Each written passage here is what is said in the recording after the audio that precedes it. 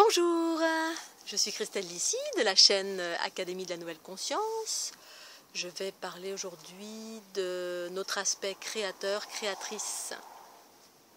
Alors, je vais parler toujours et encore de l'aspect positif ou négatif que nous donnons à chaque chose.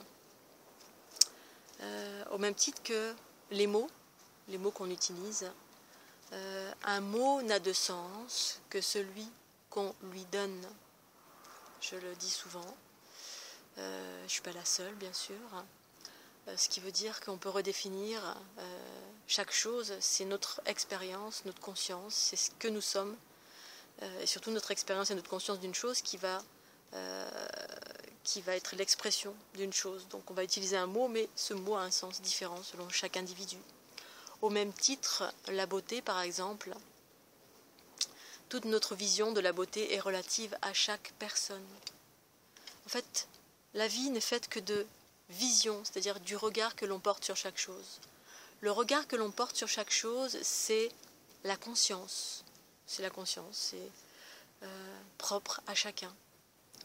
Et donc c'est ce regard que nous allons choisir. On va choisir de voir les choses à travers la beauté ou à travers la laideur ou l'aspect négatif d'une chose, le positif ou le négatif.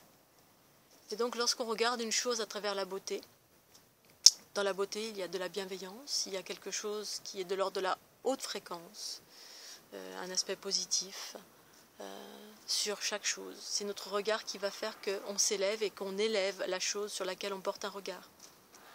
Donc dans tout cela, le jugement s'évanouit, puisqu'en fait, nous sommes des créateurs qui évoluons dans un monde que nous avons choisi, que nous choisissons nous-mêmes. On choisit là où on porte notre regard, nous choisissons ce que nous avons envie de voir. Si on a envie de voir de la beauté, on voit de la beauté. Si on a envie de voir quelque chose de négatif, on voit quelque chose de négatif. L'un comme l'autre a deux incidences différentes.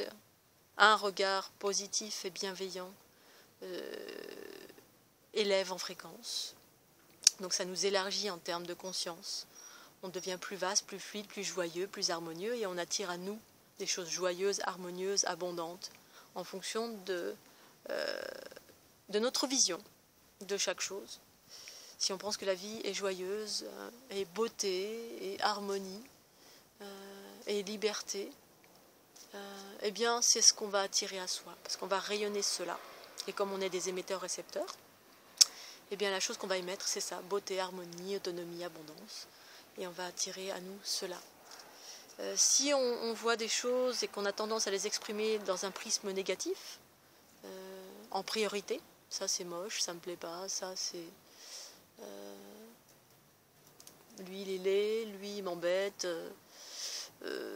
Bon, l'aspect négatif, on juge. Bon, à force de juger en permanence, on va attirer, on va rayonner ça, c'est-à-dire qu'on va vibrer ça. On va vibrer les aspects négatifs, ça va nous faire baisser en fréquence, on va devenir tout petit. L'aspect petit de nous, c'est l'ego, c'est-à-dire que ce qui nous fait voir les aspects négatifs d'une chose, c'est l'aspect petit en nous. L'aspect petit en nous, c'est l'ego qui est la somme de toutes nos peurs, nos blessures, la colère, l'attachement, la jalousie, toutes les choses, toutes nos distorsions qui sont issues de nos blessures intérieures ou celles que l'on porte, soit par influence, soit par des mémoires, soit un héritage familial. Et donc, on va, à force de porter ce regard négatif, vibrer soi-même du négatif, et on va attirer à nous que des choses négatives. Soit on va avoir tout le temps des embêtements, soit on va attirer ce que l'on aimait, en gros, hein, puisqu'en fait on est des émetteurs-récepteurs. Et donc ce regard-là, non seulement on nous fait vibrer en basse fréquence, chaotique, c'est-à-dire on va devenir du chaos, on va générer des distorsions en soi, avoir des bobos un peu partout, on va se sentir lourd, on va se sentir comme une enclume, on va déprimer, on va voir la vie avec un aspect négatif surtout, voilà, quoi qu'on fasse. Ça c'est l'aspect le plus négatif, on va dire, hein, parce qu'il y a plusieurs, évidemment, plusieurs fréquences. Et on va attirer à soi que des situations qui correspondent à la vision que l'on a du monde. Voilà. juste encore ce petit post pour expliquer on a un impact sur la vie que l'on vit. On peut faire des choix et observer les choses par choix comme étant belles. Et à force, effectivement, on les voit belles. Ou tout simplement parce que la vie n'est faite que de cela, que de nos regards. C'est nous qui portons ce regard. Et c'est notre regard, notre conscience qui élève les choses vers la beauté. Et le jugement dans tout ça, il ne sert plus à rien, parce que du coup, quand on n'est que dans la beauté, l'harmonie, la liberté, la légèreté, que les trucs sympas, on est dans notre vie, dans notre microcosme et macrocosme, dans notre univers intérieur, avec le regard que l'on porte sur cet univers, parce qu'on a choisi de porter ce regard. Du coup, tout ce qui est à l'extérieur, on s'en fiche, c'est-à-dire pour moi, il n'y a plus de jugement sur ce que font les autres, parce que je m'en fiche, en gros, ce que font les autres, sauf si on vient vers moi, que j'ai une conversation à avoir, ok, je vais être dans l'écoute, c'est tout, juste l'écoute sans jugement, sauf si on me demande mon avis. Tout dépend si cet avis restitue le pouvoir à l'autre ou pas. Parfois, si c'est vraiment insistant, je vais donner mon avis, mais j'évite en général parce que de donner mon avis sur la vie d'un autre. Par contre, je peux donner mon avis, c'est plus un avis, mais c'est plutôt un partage de ce que moi je vis, ce qui est totalement différent. C'est-à-dire que ça n'implique que moi, que ce que je vais partager sur moi-même, sur ce que j'expérimente. Donc c'est littéral. Mais donner mon avis sur telle ou telle chose, ça ne m'intéresse absolument pas. Par contre, partager ce que moi je vois, pour moi, c'est différent que donner son avis sur quelque chose. Qu'est-ce que tu penses de lui? Qu'est-ce que tu penses de ce t-shirt?